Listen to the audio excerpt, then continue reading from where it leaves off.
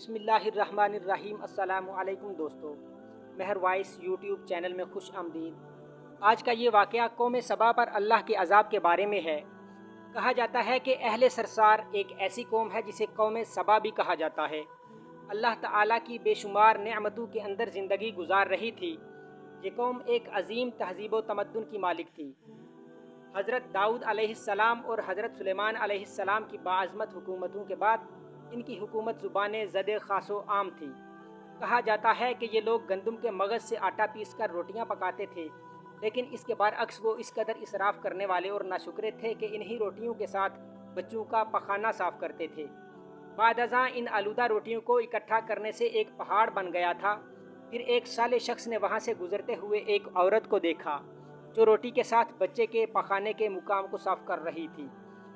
اس شخص نے عورت سے کہا، تیرے اوپر افسوس، خدا سے ڈر، کہیں ایسا نہ ہو کہ خدا تیرے اوپر اپنا غضب ڈھائے اور تجھ سے اپنی نعمت چھین لے۔ اس عورت نے جواب میں مذاق اڑایا اور مغرورانہ انداز میں کہا، جاؤ جاؤ، گویا کہ مجھے بھوک سے ڈرا رہے ہو۔ جب تک سرسار جاری ہے مجھے بھوک سے کسی قسم کا کوئی خوف نہیں ہے، استغفر اللہ۔ کوئی زیادہ عرصہ نہیں گزرا تھا کہ اللہ تعالیٰ نے ان لوگوں پر اپنا غضب ڈھایا۔ پانی جو کہ زندگی کی بنیاد ہے ان لوگوں سے چھین لیا، یہاں تک کہ قحط نازل ہوا۔ بات یہاں تک پہنچ گئی کہ ان کی ذخیرہ کی ہوئی تمام غذا ختم ہو گئی۔ آخرکار وہ مجبور ہو گئے کہ انہی آلودہ روٹیوں پر ٹوٹ پڑے جو ان لوگوں نے اکٹھی کر کے پہاڑ کے مانند ڈھیر لگایا ہوا تھا، بلکہ وہاں سے روٹی لینے کے لیے صف لگتی تاکہ ہر کوئی وہاں سے اپنے حصے کی روٹی لے سکے۔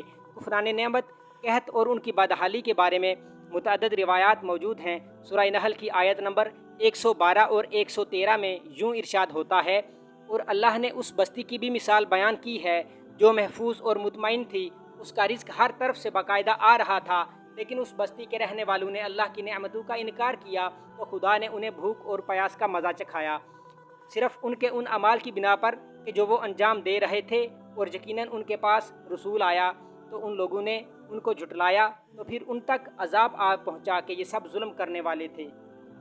اسی قوم سبا کے بارے میں ایک اور واقعہ بیان ہوتا ہے کہ ان لوگوں نے اپنی زراعت کو بہتر طور پر کاشت کرنے کے لیے پانی ذخیرہ کرنے کی خاطر بلک کے دو پہاڑوں کے درمیان ایک بہت بڑا بند معرب تعمیر کیا ہوا تھا۔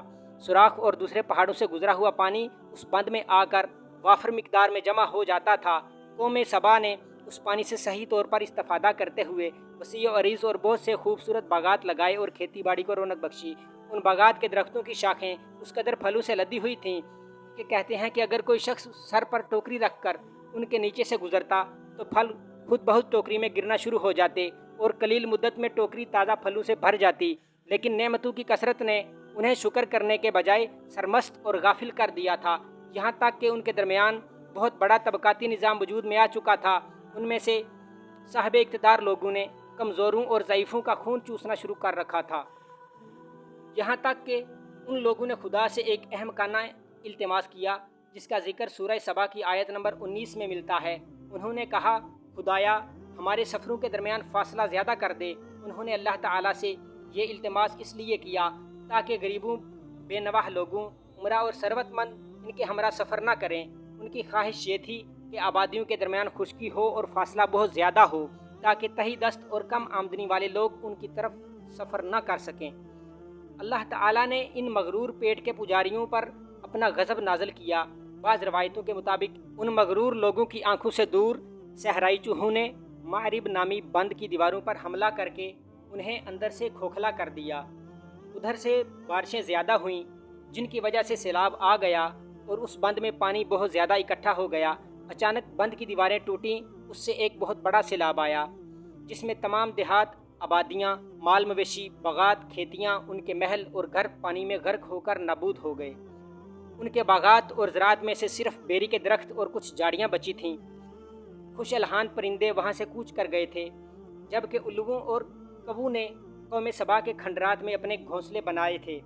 اس بات کا ذکر سورہ سبا کی آیت نمبر 15 اور 16 میں ملتا ہے، اور آخر میں سورہ سبا کی آیت نمبر 17 میں قرآن کریم میں اس واقعہ کا یوں نتیجہ نکالا ہے، یہ ہم نے ان کی ناشکری کی سزا دی ہے اور ہم ناشکروں کے علاوہ کسی کو سزا نہیں دیتے۔